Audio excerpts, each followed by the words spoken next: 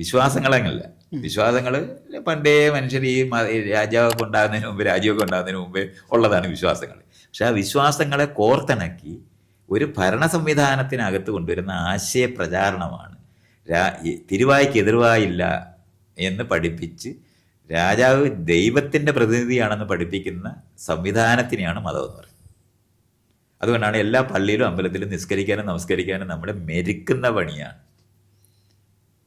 കീഴടങ്ങി വിനയപൂർവ്വം പെരുമാറി എഴഞ്ഞ് ഒരു ശക്തിക്ക് മുമ്പിൽ കീഴടങ്ങി നിൽക്കണം. ആ ശക്തിയുടെ പ്രതിനിധിയാണ് രാജാവ്, ആ ശക്തിയുടെ അവതാരമാണ് രാജാവ്, ആ ശക്തിയുടെ പ്രവാചകനാണ് രാജാവ്, ആ ശക്തിയുടെ ദാസനാണ് രാജാവ് എന്നൊക്കെ പറഞ്ഞിട്ട് രാജാവിനെ കണക്ട് ചെയ്യും. അന്നത്തെ രാജവംശം പഠിപ്പിച്ചാൽ അന്നത്തെ ദൈവത്തിനടുത്തെത്തും. നമ്മളിപ്പോൾ രാമൻ്റെ കഥ എടുത്ത് പഠിപ്പിക്കുമ്പോഴും സൂര്യവംശം, അന്ന് സൂര്യനാണ് രാജാവ്, ചന്ദ്രവംശം, ഇങ്ങനെ നമ്മൾ നോക്കുകയാണെങ്കിൽ ഈ ദൈവസങ്കല്പത്തിനകത്ത് എത്തിച്ചേരും. ദൈവം അവതരിച്ചാണ് ഇവരെല്ലാം ഉണ്ടായെന്ന് ആദ്യം പഠിപ്പിച്ച്. പിന്നെ അതത്ര സംശയമൊക്കെ വരുമ്പോഴത്തേനാണ് അല്ല ദൈവത്തിന് വേണ്ടിയാണെന്ന് പറയുന്ന പ്രതിനിധിയാകുക, ദൈവം പറഞ്ഞിട്ടാണ് ഞാൻ ഇതെല്ലാം ചെയ്തത്, അങ്ങനെ പ്രവാചകന്മാർ ലോകത്തുണ്ട്, ഇതെല്ലാം അങ്ങനെയാണ്.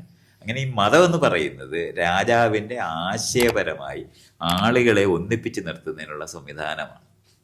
കീഴടക്കി പെരുമാറാൻ പഠിപ്പിക്കുക.